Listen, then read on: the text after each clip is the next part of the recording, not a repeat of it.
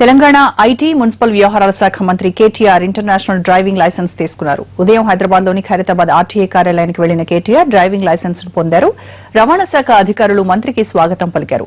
Transport విభాగంలో సేవలను సరళతరం చేయడంపై మంత్రి సంతృప్తి వ్యక్తం చేశారు. ఐటీ వినియోగంలో రవాణా శాఖ ముందుందని ప్రశంసించారు కేటీఆర్. ఆర్టీఏను క్యాష్లెస్ ఆఫీస్గా చేసే అంశాన్ని పరిశీలిస్తున్నామన్నారు.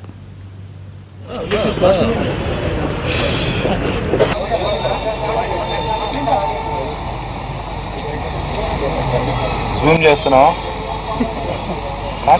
జాతీయ వ్యాప్తంగా దేశవ్యాప్తంగా ఏ రకమైన కార్యక్రమాలు తీసుకోవాలన్న దాని మీద అందులో ఇప్పుడు మీరు వెహికల్ డీలర్స్ అంటున్నారండి.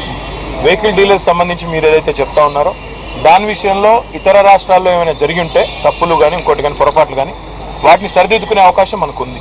కాబట్టి ఏదైనా కొత్త ప్రాక్టీస్ ప్రారంభించే ముందు డెఫినెట్గా ఇతర రాష్ట్రాలను కూడా అధ్యయనం చేసుకునే అవకాశం ఉన్నప్పుడు ఎలాంటి ఆందోళన కూడా అవసరం లేదు. అల్టిమేట్గా ప్రజలకి మనం అల్టిమేట్గా ఈ ఆఫీస్ని కూడా క్యాష్లెస్ ఆఫీస్ చేయాలని ఒక ఆలోచనలో కూడా కమిషనర్ గారు, సెక్రటరీ గారు, మరి డిపార్ట్మెంట్ కూడా ఉంది.